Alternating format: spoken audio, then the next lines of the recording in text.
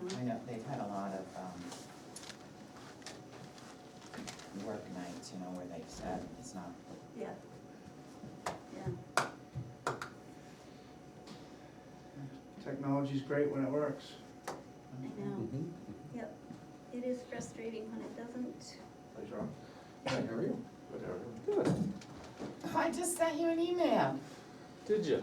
Yeah, to see, I'm glad you're here now, but I just wanted to make sure that Maybe I'll get it. you knew that, well, you might not, I don't know, that I don't seem to be able to get anything. We need to see you at 10:30 instead of 10. Oh, okay, Can you do that? Is that okay? sure. Oh, And thank you. you're welcome to Okay. do 10 if you, we have Jennifer from NHDOT to be talking about the East Thetford Bridge, Okay. if you want to contribute to that Oh, I'm sure conversation. he'll Sure. just stay the whole time. Yeah. Okay. So we do, we have Sarah Jane, I don't know what her last name is, but, Okay, Dooley. and, okay, Sarah Jane Dooley. And we have Michael Whitman connecting, and we have Jackie Richter okay. and David Avery, Maybe yeah, and Barbara Woodard. Jackie Richter Mm-hmm. and Barbara, who was the one? David Avery. Okay. Hi, David. David? Just hide behind the mask. Okay, did you pass Ben on the road? I didn't see him out there. Okay. We And have, I'm checking this because it's supposed to be recording, set up automatically to record. Recording in progress. It doesn't, I set it up that way, it and didn't do you've it. got everybody here. who's I here. do, I Okay. do. Okay.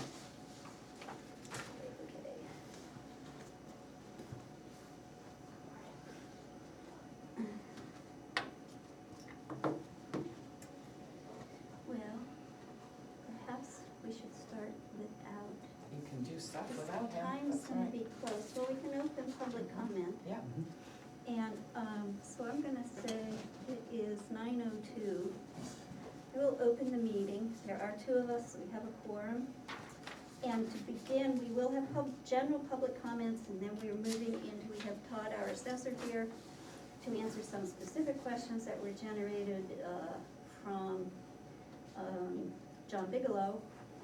And just to start the conversation by saying, Todd's time is limited. Whether you agree with your assessment or not, as a professional, we will treat him with respect and courtesy. And we don't expect to have a free-for-all of questions. He's gonna address what he came to address if there is time. And there are one or two other salient questions. I know we have folks in the audience who probably have very specific questions. And I encourage people to file for an abatement. Doesn't mean you have financial straits and you're going to the poorhouse. It means you disagree, you either need specific help or you disagree with the assessment and you would like to have your property looked at in depth by Todd, and then he will specifically answer your questions at that time. So, it isn't a generalized, everybody throw out your questions morning, but so let's start with general public comments, and then we'll move on. Hebe is going to take John Bigelow's questions and present them. Yes. So, Rich. Yes, I actually have a totally unrelated question. I see that you've written up there very helpfully Lyme public Wi-Fi with the password. And I have created a QR code Uh-huh, which, if you shine your phone at it, uh-huh. your phone will say, should I connect to Lyme public Wi-Fi? And it's got the password there. Is Okay. this something we could post in this room?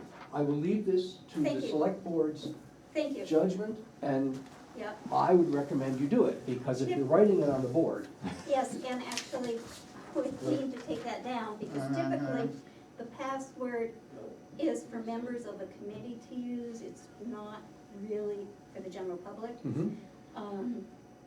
That would have to be probably a different line or a different Wi-Fi. setup. So Mhm. appreciate that.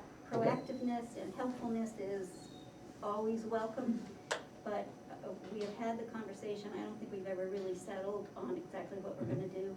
Okay. That, we put that up actually for a couple of different boards where members needed to know what it was. Mhm. And can I ask a quick question? Can I get your name and your name? My name is Hoyt Alverson. Okay. Russell Bulge. Okay. I can't recognize anybody, I'm telling you. I knew you, but I couldn't recognize you. Thank you. Have we talked about the possibility of having a public, a guest Wi-Fi or? We haven't gone into detail about that, but I think we need to, because actually, people, in my estimation, should be able to sit in the parking lot and use things, or if you're being here at a meeting, they I should. agree with that. I think, is there a cost impediment, Dina? Why have we not? I have to ask Harvey, we just started with this one because of the committee. When we first started, we didn't even offer it for the committee members, so we've come a long way, is what I'm saying, so. But yes, I think. I would have never run. I'm gonna. Well, it was terrible having meetings down here and we didn't have access, because you can't get what's Yeah. in there in here. So we've addressed that, but we should address, and I'll have to talk to our IT guy and find out what the cost would be, yeah. It's probably, my guess is it's a separate, it's not necessarily a line, but Separate IP thank you, address. that's it. We should do that though. At least I think that would be, Mhm. and then you could make us a new little thing to put on the Right. phone. Yes. Right. Those come out of my computer like water, so yes. Yeah, so I think if you're in support of it, I'm in support of it. I thought that Ben is stuff. Thank you. And he just came in. Oh, great. And the people that are on Zoom, if you want to make a comment during public time, you should use your little icon where you can raise your hand, so I know that you wanna say something. Morning. Morning, Ben. Because they're muted otherwise. Yes, A lot of Okay. excitement out there this morning. yes. Did you chase Sean away? Yeah, I see him running out of the building. Off he went. Fire car Okay. going by. Do we have other public comments from in the room? Boyd or Russell? Phoebe? I'm here just for, Just for that, okay. Do we have on the folks that are listening in or Zooming, do you have anyone there who wants to make a public comment? Not seeing any, Dina? I'm looking for hands. Okay, I have to go through the people here a little bit. okay, I don't you don't see any. see any. So, I'm gonna ask the folks that are in the room here. We have Todd scheduled to start at 9:30. You're all here presumably to have this, at least listening in to what he says, to the questions that Hebe has. Would anyone mind if we started early?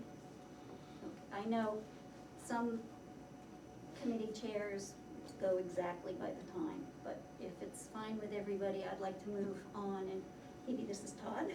Todd, this Hey, is Dawn. Hebe, and she will be presenting for Mr. Bigelow. yeah, John would love to be here, but he had some family issues. Okay.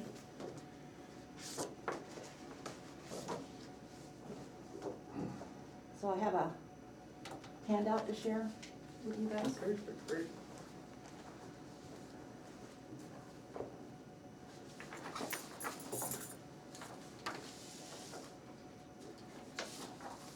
I'll pass one. Thank you. So you guys can share if you wanna look at one. Todd, this is what I already I said. did. It looks like, I already It's up sent to you. you. Yeah, I remember seeing this. Yeah, from Mr. Yeah. Bigelow, yeah. You guys have all seen him. This is what he brought in the other day. Yes, Yeah, and what I but thank you for I've having a Yeah. copy of it. It's really Yeah. helpful. Yes, I wanna talk about them a little bit. in color is nice too. Yeah, So thanks for putting this on the agenda. I think it's a interest of a lot of people in town.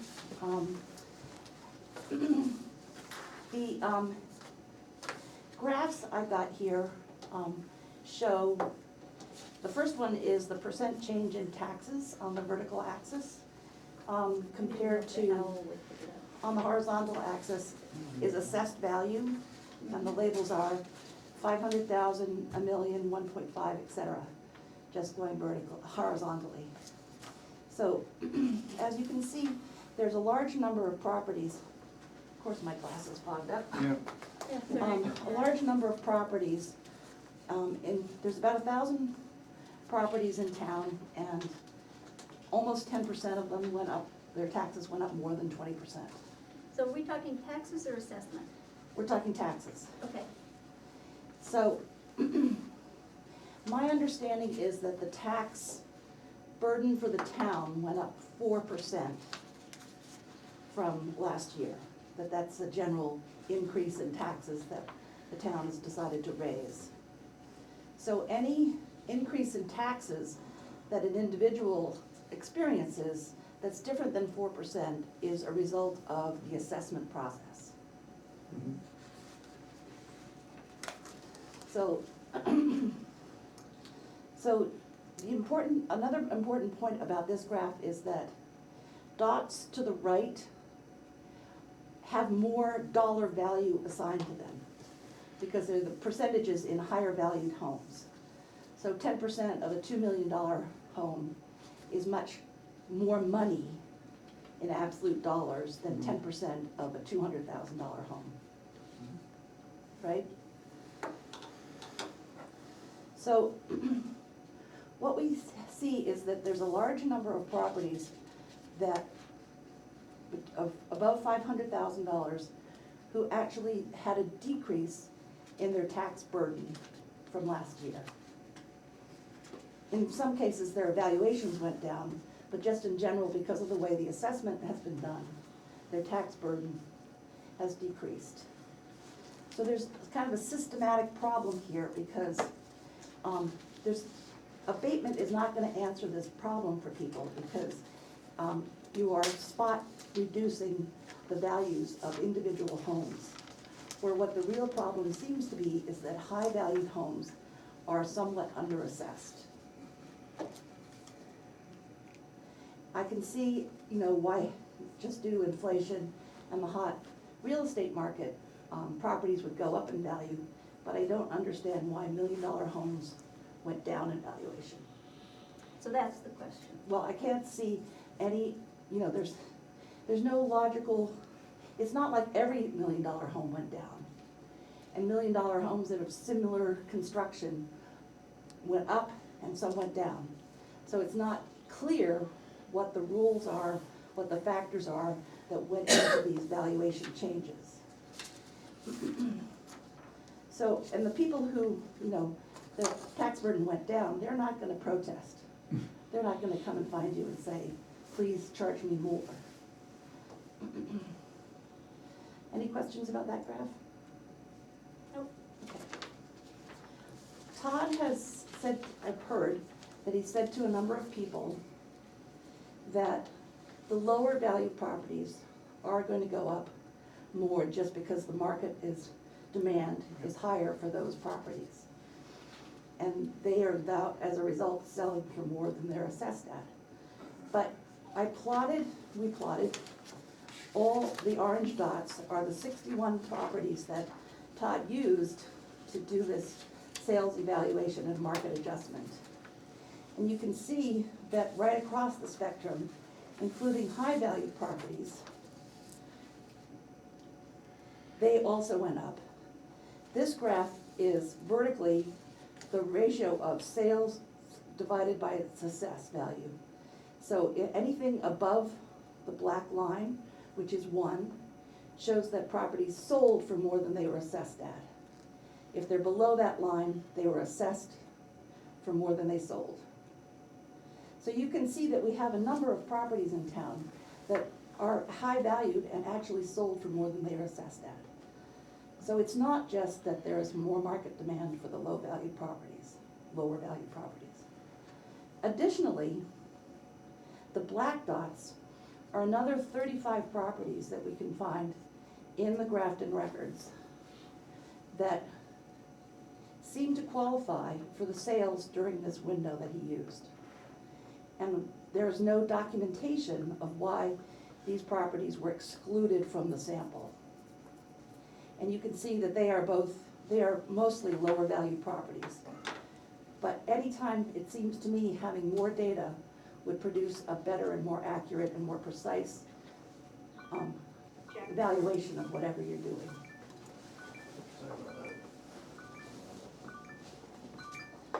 So, is that all clear? Well, just keep presenting, Okay. keep going. Well, I want to make sure that, before I move on, that there's no questions about what I've just said. Okay. So now, let's look at some specific areas of town to see if we can pinpoint the problem a little more. Wilmot Way is a road just off River Road, and there are 8 properties with residences there. The 4 lowest valued properties on this road increased their taxes the most. There were no sales in this region, so no market adjustment could be done. But the two properties that were increased most, just about, were among the most, were trailers. Number 12 Wilmot Way is a trailer that was put on the property in 1972. And its value went up, the valuation, taxes went up 28% on So that you're still property. talking taxes now, We're still not talking values. taxes, I'm not talking valuation or assessment. Taxes went up 28% on that trailer.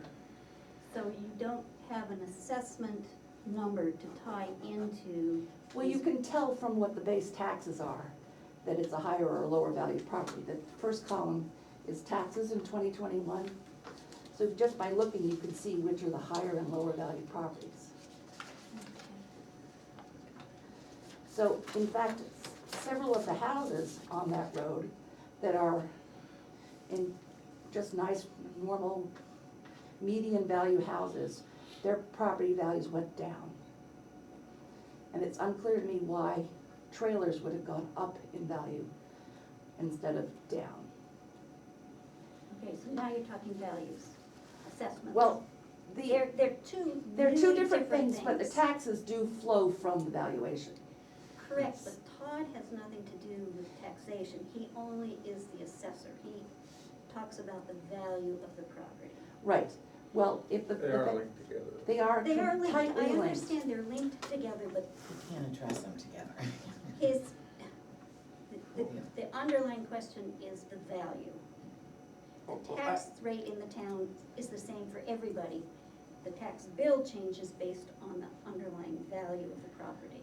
I think I can add color to it when the time comes. When the time Yeah. comes, okay, so continue, I'm sorry to interject. Okay, so, much of the value assigned to these trailers is because of the land that they're on. Mm. But empty land in town, their, taxes decreased about 9.7% in general. So land by itself does not have an intrinsic value in this. I mean, there's places where land doesn't have value, and 2 acres with a nasty trailer on it aren't necessarily, I mean, I don't understand how that worked. So then let's go to the next page, which is 85 Dartmouth College Highway.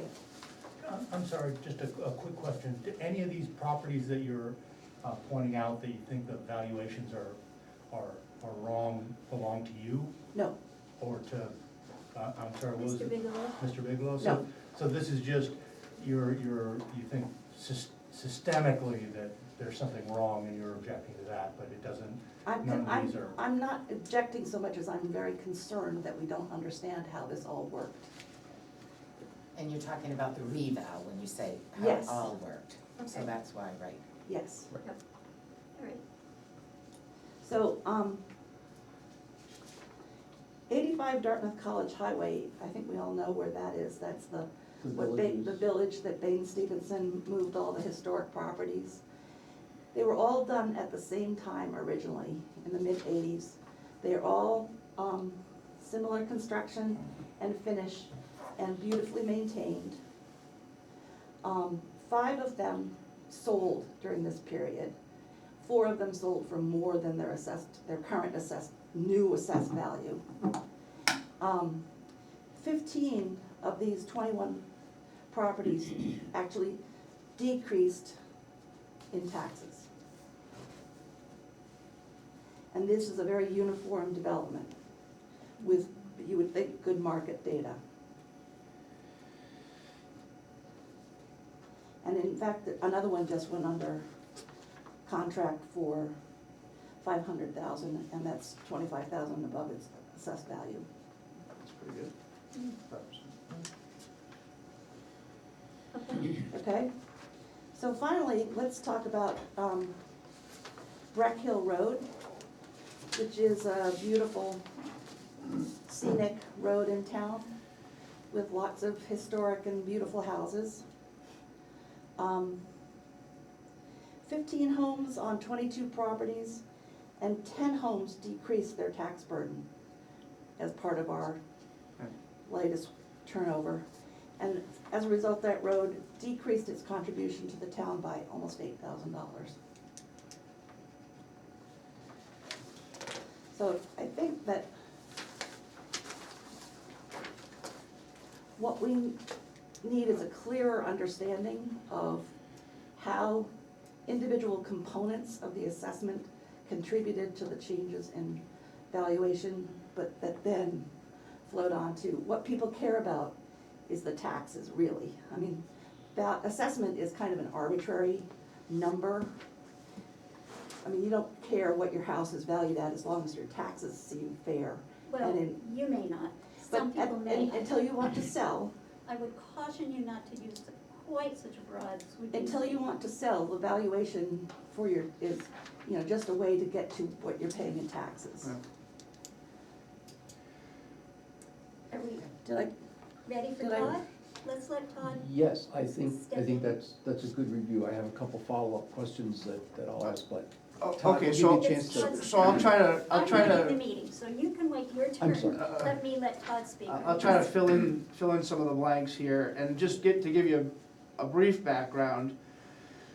Assessing in New Hampshire changed around as a result of the Sorrell decision, which was the mayor of Portsmouth, Evelyn Sorrell.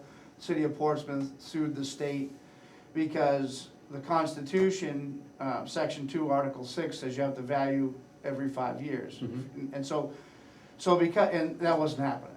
So, you know, some towns were assessed at 10% of market value, and the city of Portsmouth tried to keep theirs up to close to market value. So that decision brought about the advent of the Assessing Standards Board, who sets the standards for assessing in New Hampshire that we all follow as best we can. And some of those standards are process and statistical standards, which they basically adopted the same standards as the International Association of Assessing Officials adopted, which are that in the year of the revaluation, they want us to be under 20% coefficient of dispersion, and that's just the measure of equity among your sale sample. They want you to be, they want your median ratio, which is the middle ratio point, to be between 90 and 110%, which whatever your median ratio is, half that sample is gonna be above it and half is gonna be below it. So if you're drawing that black line, you're gonna see most everything's gonna be on one side or the other, with a few being right on. But we're painting with a broad brush, and they refer to this process as mass appraisal. You have your bank appraisals, which are, you have a single property, the appraiser will come out, he'll select 3 to 6 sales. He doesn't have to take every sale, but he'll select the ones he thinks are most appropriate and use those and make adjustments to the subject property to come up with an assessed value. That's not time effective or cost effective to do that in a mass appraisal when you're valuing hundreds of properties. So we do the mass appraisal, and it's done worldwide for assessing, but it's pretty good. I mean, it's not perfect, but it's pretty good. And if you're within 10%, which it sounds like the sale over here, we're within 5%, so that's why I said we were pretty good as far as statistics go. So that's what we did as a process is we took the sales, and I did respond to the sale qualification question. The state of New Hampshire does go through an annual equalization process where they look at the sales that happen So the date of assessment, just to clarify, the date of assessment annually is April 1st. So whatever exists or doesn't exist is as of April 1st, and then you get your tax bill in November based on that. So if you build a house April 2nd and you move in July 1st, there's no taxes on that house that year. And if you buy your house, so they go back to October 1st the previous year, and they go forward to September 30th of that year. So there is a 6-month window before and after the date of appraisal. So the DRA has criteria that they use to exclude sales, and it could be, and we use similar criteria. Could be insufficient market exposure. The definition of an arm's length transaction is what you're looking for, but it could be, something that doesn't have, it's not open to the general public, that maybe, not listed on MLS or whatever, neighbors or something like that. Could be something that, this was fairly frequent, is if your date of appraisal is April 1st, and I went back 2 years, someone bought the property a year before and then renovated it, that new value as of April 1st is not indicative of the sale price. Or they may have bought that property in August, and it was renovated between April 1st and August, so this assessment is not indicative of the quality of the property in August, so you would add that value most likely the following year. So that might clear a little bit up as far as that goes. And you have your family sales and your, in whatnot, could be a government sale. Current use is a big thing in Lyme. And it might reflect to the point where the assessment is less than the sale price, because in current use, it's not tied to market value. And a lot of the larger properties, the more valuable properties, are in current use. So their assessment is reduced because of a statute. So we do have a comparison. We do have a market value assessment, which is what I looked at. And then there's the statutory assessment, which was what they pay taxes on. So just bear that in mind. Just to be clear, I was always using assessment, Right. which is different from appraisal. Right, The appraisal is assessed plus current use. right. So I was using assessment, I was being conservative in my use of value. So if you look to the appraisal, you might see the appraised value on those properties are within 10% hopefully of what they sold for, the higher value properties. We can look at that, but I think that's in play here. So what we did was we took the sales that we thought were appropriate benchmarks, and I can't speak to the 30 sales that we didn't use, but I could look back at it. But we did use 61 sales. That's an appropriate sample size. What we did was we took those properties.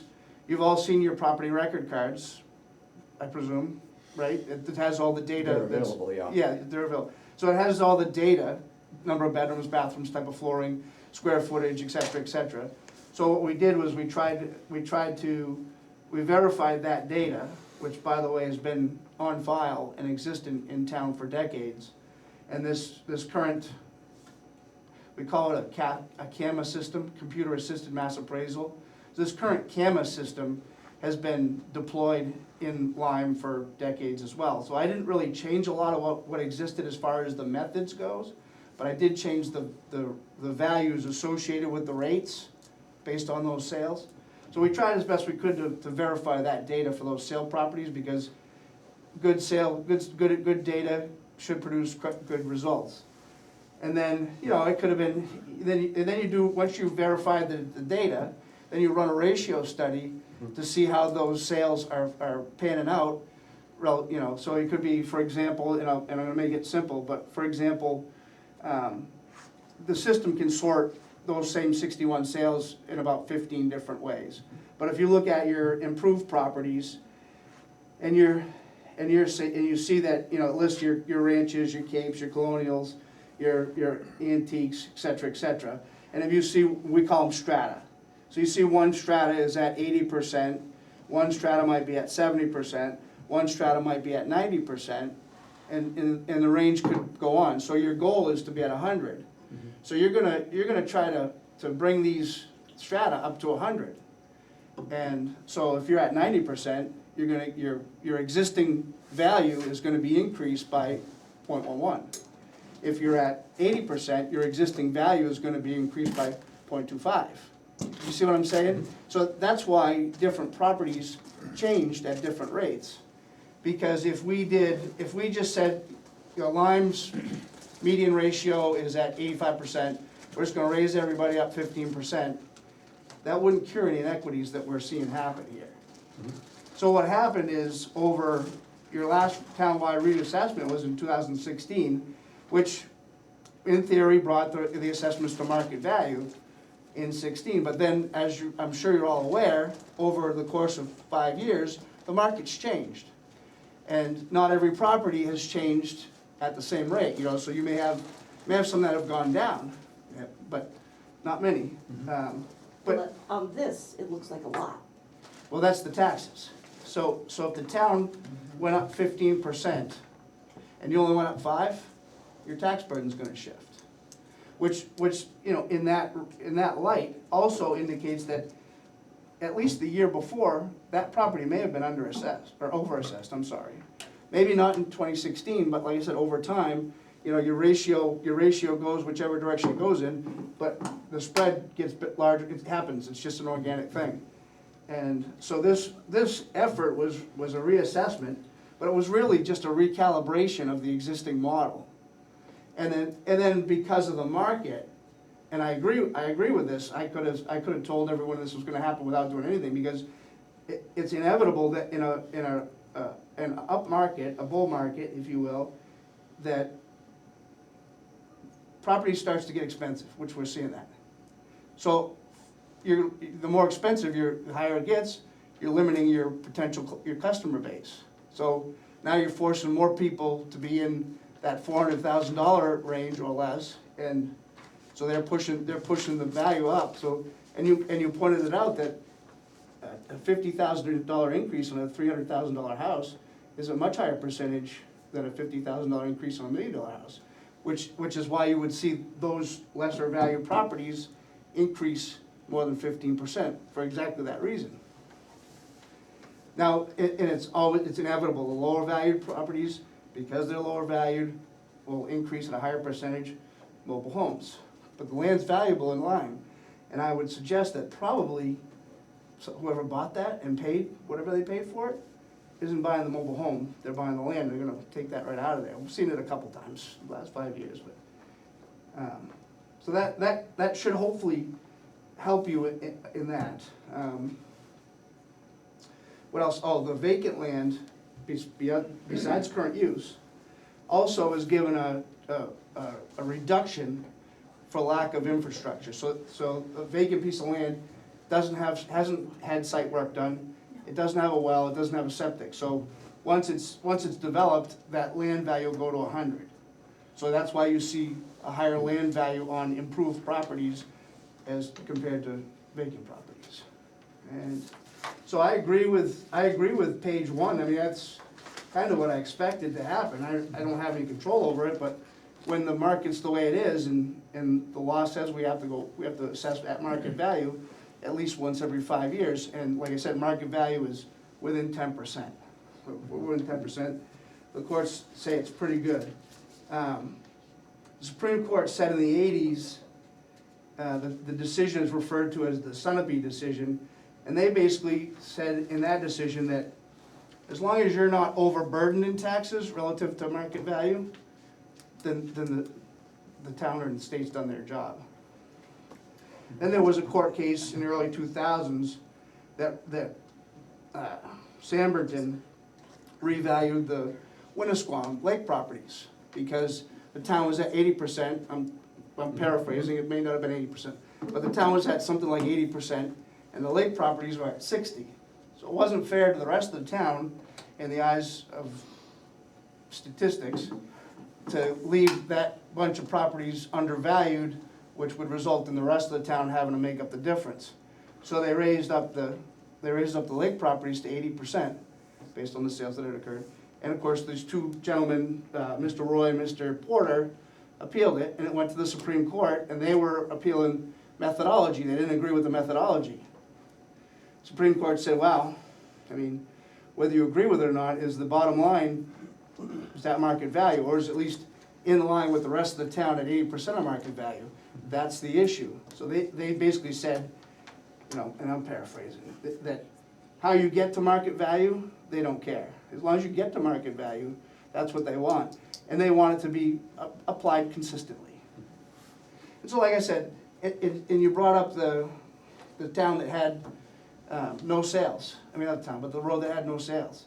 So what we would do is, and that had a neighborhood code already. It was already set up that way. And so if I didn't change it, it would just, the value change would be applied the same as the other sub-properties that had similar neighborhood code. And it's mostly a land change, really. So if you were an average neighborhood with a 1.0 multiplier, well, the land value changed, then your assessment would go up. And if you happen to be the type of property that went up, could be a ranch, you know. Thank you. I think that's good. I think David has. That- Yeah, if you don't mind, I haven't vetted this with my other board members, but if you guys don't mind, I'd like to just jump in for just a second. Okay.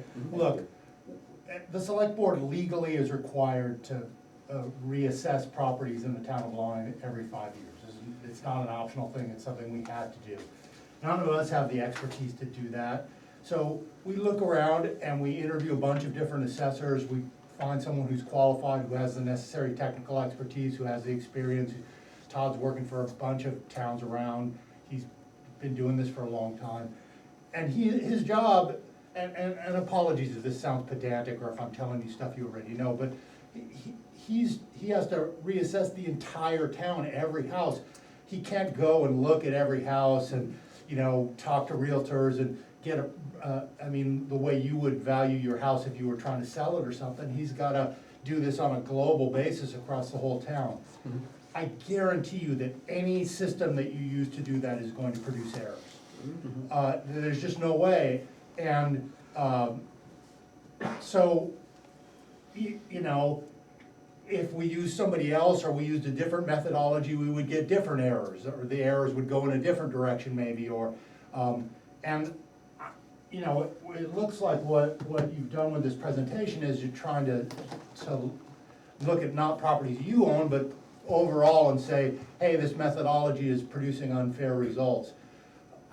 I don't know what we could do about that. That's gonna, you know, it's never gonna be 100% correct for every home. What I can tell you is that if people come into the select board or come in for, into the abatement process and say, hey, you got it wrong on our house, this isn't right, I think we on the select board are very receptive to that. We don't wanna screw anybody, you know, or on two fronts. One, if the global methodology that we're using to try to apportion value across the town made an error in a particular case, I think the select board is probably very receptive to trying to correct that error. And two, even if that's not the case, even if, you know, it's not clear that an error was made, but the method, the change in value is resulting in hardship to a particular individual, you know, it's important to us, I think, that people of various different types of means can live in Lyme and be happy and continue to live here. We're not trying to turn this into a bedroom community of Dartmouth where only rich people can afford houses. So if there's instances where the valuation is producing hardship, I think we're also very receptive to that and trying to alleviate the hardship. What I'm not sure we can do is go through and litigate the methodology that was used to do this global like what will we do if any evaluation that we would have done, someone could produce a presentation like this and say, hey, you're getting stuff wrong here or there. I'm not sure what we could do about that. I mean, what would you want us to do about it?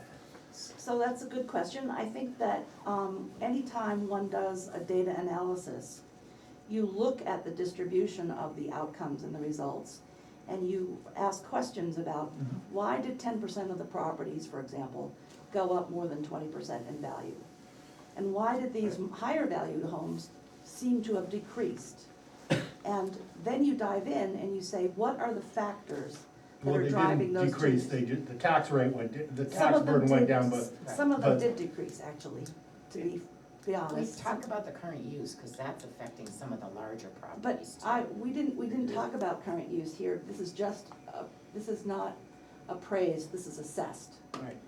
So that's, so Todd current did- use is out of Todd did that. address, most of the disparities on the basis that some of those were under-assessed and they had further to go, which means their taxes went up more. Some were a different position and their taxes It went would up be, less. it would be key to be able to articulate what are the factors in this model that are driving the big changes. Can you see a pattern, that it's something for these properties here, and it's something for these properties here? That's where you need to dive in, you can't just plug values into a black box and accept the values that come out the other side. You have to look for the outliers and understand what's going on. So we use the median, well, first of all, no matter what methodology you use, this is probably gonna be the same. Mhm. If it's done correctly, because that's what happened, you know, the lower priced properties went up at a higher percentage than the higher value properties. And so you're probably never gonna not have this as far as the taxes go. But the question is, for me, is the assessment close to market value? And I should say the appraised value of the property, because you do have statutory assessments, current use. throws it But into- you also can look at those same properties and see what they would be assessed for if they weren't in current use. And it's a lot different. It can be anyways. So this is probably not gonna change, it's just a result of the market change over But- 5 but years. Just to be clear, it's also a result of what properties you chose to include. Right. So on graph number 2, if you could explain more completely Yeah. why those black dots were not part of your sample, that would be helpful as well. I'd have to see which properties those black dots are, Mhm. and then I could explain. Right, I mean- But I think it's fine to say this is all professional and above board, but I think it's also fair to ask questions Yeah. and dive down and say, is this the outcome we want? Well, That's But a wait, different how much question. control Yes, do we you- have you over can- that though? you as can far say as- that. okay, well, how much control do we have over that, the board, as far as the DRA is concerned? yeah, I'm not sure what you would want us to do. I mean, what is it that you're proposing? So I mean, one of the questions that I come up with is there any way to cure a lot of these, what seem to me obvious inequities? I mean, you know, Todd, you pointed out that if we simply raised everybody's assessment 15%, that doesn't cure Right. the inequities that this house got a lot better, whatever, and I totally understand that. I think there are some inequities here. I address you, Judy. I think there are some inequities in this. And I think there's systematic inequities. I mean, the Brackhill case where their total taxes went down, that's a surprise. There's another question I have, and it kind of gets to my next question. Part of the answer is filling out the abatement. Property by property, I think there are some systematic problems. But specifically to the abatement, is there an opportunity for a back and forth? I fill out the form, say, I think these things, send it in. Is there an opportunity for a discussion, or is this it's done, it goes, the select board No. considers it? No, my understanding is that you fill out the form and submit it. Todd will come, Mm-hmm. he will walk through your property, he will listen to you, he will see what you think, and then he will make a recommendation to the board. This is spot on, I saw some things that I wasn't aware of, so we've made these deductions, and then the board looks at Todd's recommendation, you have an opportunity to meet with us at that point, and then the board makes a decision. That's But- very helpful.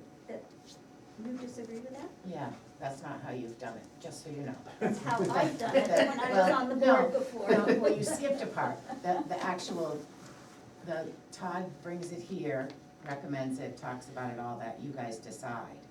Then the answer goes back to the owner. If it's not an acceptable answer to the owner, then they come and make an appointment with us. And to meet, and so to meet with the there's- board. So we do get a chance to talk specifically with Todd. Oh, gosh, about it. yes. That's- Okay. He will Yes. be at your property, Yeah. walking through your house, Excellent. walking the land, unless There, it's. that's too another, close to another him. issue, there's been property owners that ask for abatements and stuff, but don't want Todd to go in their house. Yeah. Different question, totally different That's question, hard, yes. yeah. Right, Now, right. I would just like to say, we've got about 10 more minutes, so we wanna okay. be precise, we wanna give Todd an opportunity to either answer additional questions, or have a summary, or clarify. So I think the takeaway should be that I agree with the tax burden shift. Mhm. That's probably gonna happen no matter what, because we have no control over the market. Mhm. And people aren't refusing the extra $50,000 over ask price that they're getting. No kidding. So, I mean, you know, and we had hearings, and I always ask, do you think you could sell your property for what we have it appraised for? And sometimes, and Absolutely. I've heard it more than once, oh, heck, I could sell it for more than that, you know? But but- that's why the assessment or appraisal is kind of an arbitrary value. Well, I mean- Until you wanna sell. It's data driven. So, you know, it's not, we're painting with a little bit of a broad brush because we know about 35 things about your house. So we're trying to appraise everything based on those 35 things. So there could be something that we don't know about, and that's why we wanna have an inspection when you file for abatement. And that's the first thing I do is when I receive the abatement application, is send you a letter responding saying, it's been timely filed, we've received it, thank you. And please schedule an appointment so we can verify the data, because as you've heard 1,000 times, bad data, bad assessments. So generally, if I can't verify the data, then that abatement's probably gonna sit on the table until I can. There is nothing that requires anyone to do an inspection, but there's nothing that requires the selectmen to abate either. The Supreme Court did say in what they refer to as the Walsh decision, that's really the only way to get an accurate assessment is to have a complete inspection. So they're in agreement with that. Okay, all right. So the form for abatement has to be filed by March 1st, but the process can run after that. Correct. And you can submit additional information. I sometimes give people, you know, I ask questions, and can you give me more documentation or whatever, so. And the problem becomes then, you see, if you get a lot of abatements, where is that income gonna come from?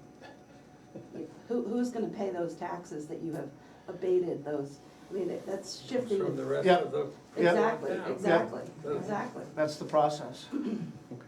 And that's the law. I mean, we Sure. can, the towns can only operate under the law, so the state tells the towns what they have to do and what they can do, so on and so forth. So we're, you know, this is what they told us we had to do, and as far as policy goes and manipulating the burden shift, they don't allow us to do that. They just say market value, unless you qualify for, you know, elderly exemption or current use or something that's already given us the ability to give in statute.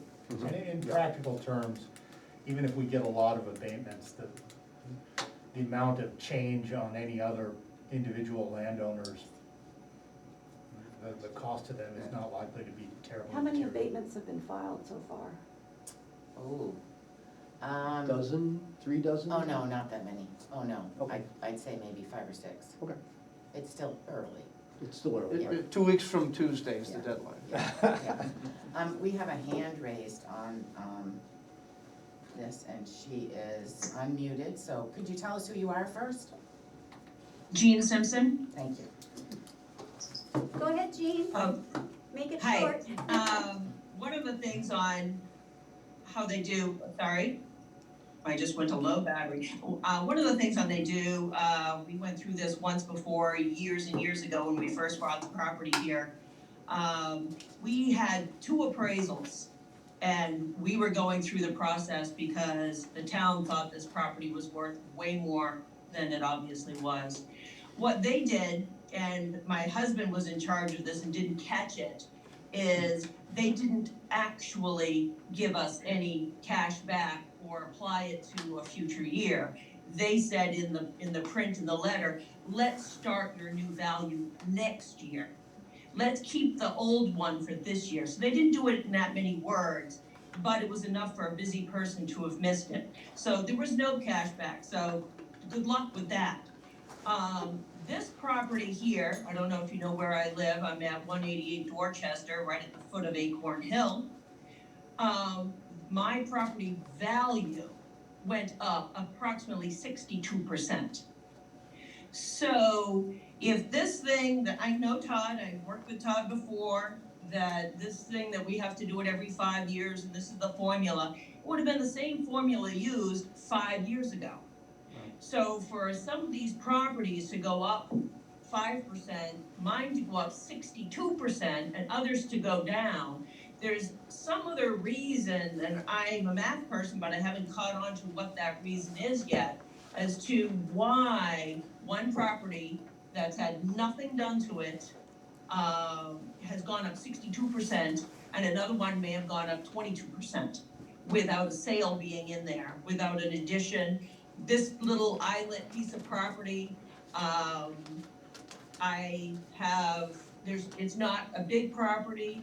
The house here is grandfathered, otherwise, just as New Hampshire goes, you don't have enough for a lot. But the window to build anything on, the front setback and the rear setback overlap each other.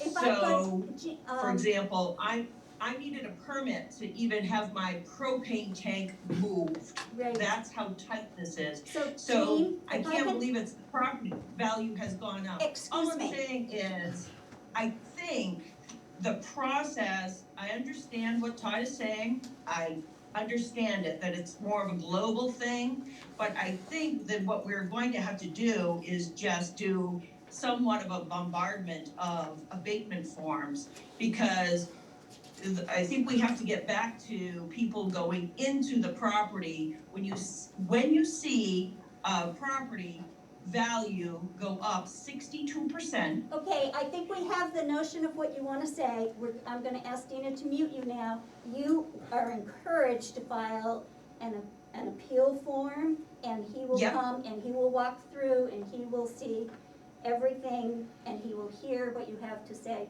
We've only got a few minutes left, and I want Todd to be able to speak to that, I think he already has. And then the person who was scheduled to be asking questions at the meeting wants to have the last word here, so thank you for your call. Dina is gonna mute you now. Todd? I would just point out to anyone that files for abatement timely by March 1st, if you don't have satisfaction at the municipal level, you have until September 1st to either file with Superior Court or the New Hampshire Board of Tax and Land Appeals, but not both. So it sounds like in this case, they should have appealed to the state. I'll be looking that up. Okay, I've never heard of such a thing. I was wondering if the select board would be open to having some kind of forum discussion. It seems like there's enough questions in town, that understanding this whole process better would be a worthwhile endeavor. well, Wait, we are. Right. Remember, I already talked to you guys, I talked to them 2 weeks ago. Judy's very, very busy, she probably doesn't remember this, but we are trying with the DRA to get something set up. And it'll either be Todd and the DRA, or just the DRA, to come and talk to a group, to explain the whole process, so that everybody can hear what they have to do, how they have to do it, all that. That's, it's pretty uniform throughout the state. I would also encourage people to look at the Assessing Standards Board's reference manual, and that was written for selectmen and taxpayers, and it's written in non-technical terms for the most part, and Yeah. it gives a lot of background, and it pretty much is what the presentation would be anyways, but it's in 85 or 100 pages or something like that. So I would definitely encourage people to look at that. It should clear up a lot of questions. It doesn't unless you have the specific way those factors are applied to a certain property. So you're more talking about model specification and whatnot? Yes. All right, well, that may be a little bit more difficult, because there are some algorithms in the software, and I'm not a software developer, but I know what I want, and I know where to change them to get the results that I want, so I can speak to that, but Mhm, how the mechanisms Just work inside the show- software. Show the data that plugs into the model. Yeah, that's on your assessing card. Mhm. That's all that's the data that we use. I mean, the assessing card says things like, you know. Yeah. But it talks about there's factors for fit and finish, and it would be interesting to see how you applied. That's in the assessing, use pat manual. It would be interesting to see how, for example, you took my house Yeah. and you gave me all the variables, how they were coded, Yeah. that went into that model. That would be, I could go over your card with you if you wanted me to. But all those multipliers Mhm. are in the tables. And I printed all those off, and they're in I that saw use that. pat manual, I and read there's a that. section that says gamma tables, so. I looked at all of that, and it Yeah. shows you how the things are coded, but it doesn't tell you how things were actually applied in individual situations. So I mean, it's fine to just define the variables, but you Yeah. really need to see, because if you can say, these 6 factors are why these houses on Orford Road went up 30%, and these houses on Orfordville Road went down 10. That would be like, oh, okay. Yeah, see, we were just shooting for market value, so it was just a repetitive, they call it REP, repetitive estimated process, so, you know, like I said earlier, you have these sales that we're using, same sales, and you sort them various lights, you can find where you need to make adjustments within the software. Yep. And it could be land size, you know, so if you see that the smaller houses or properties with smaller land values are assessed lower, you're gonna raise that section of the land value up. See what I'm saying? So those are just mechanisms we use to recalibrate and then test the results. And once we've found that to be where we want it, within 90 to 110%, then we apply it to the non-sold properties. I will also say that the fact that the place at 85 Dartmouth is only 5%, that's in the first year of the assessment. We've got 5 more years of it falling behind. Well, we don't know what's gonna happen in subsequent years, and we can revalue sooner than 5 years, but that comes at an expense. And it may not be completely necessary, because like I said, the state says that we have to be within 20%. So we're expecting our sales under their standards to fall, if your median ratio is 95%, which is probably gonna be pretty close to that this year. And, you know, so we want those sales, 25 sales or whatever they are, 30, 50, 100, we want half of those to be within, to 115%, which is a lot. And we want the other half to be within, to 75%, which is, there's a big range. So like I said, we're painting with a broad brush, so they say that that's statistically equitable. I'd rather it be more like 10%, but as far as requirements go, that's what it is, it's. So that and documenting why those 35 properties weren't used, that would be. Yeah, I'd have to look at those Yeah, I think- individually, but. I think that's, in the notebook, it says sales not used, but it doesn't say why. Yeah, I tried to get I can get the codes out of the system, I can't get the description that coincides with the codes, and I called the software company. Can't believe we can't get it, it should be a canned report, but right now we're having a little trouble producing that. Well, and all of those sales that were candidates should be documented in a folder here in the town offices. There's sales, yeah, we went out and measured them, so they're in there's a banker's box of all the work product there. Yep. No, You know, it could have been MLS, you know, you could look at, you know, mostly the MLS is what I look for. When they transfer, they send PA 34s, that So inventory. if something wasn't MLS, you exclude it? I would have a hard time wondering how it was exposed to the general population if it Well, wasn't. there's a lot of word of mouth sales around here, I'll tell you. Right, but that's what I'm saying, so that's not exposed to the general population, that's word of mouth. But the definition of arm's length is that both parties are trying to maximize their benefit. And one of the definitions are that it's been exposed to the general public. And how else, what's the best way to expose it to the general public? So that sounds like the real estate agents are in on it, cause they wanna get their cut. It's in the definition if you look at it, there's Okay. 5 or 6 different items, but anyways. We do have I'm hoping we have someone online scheduled for 10 o'clock to talk about the East Bedford So- Road Bridge. So thank you. Thank you very much, I Thank you appreciate very it. much, and file those appeals. Mhm. Yes, It's All the right. best way individually to get a chance to really dive into your properties. Mhm. Do I we- just emailed her, I'm waiting to hear. Okay. okay, Alright. thank you. All set? Well, Okay. thank you very much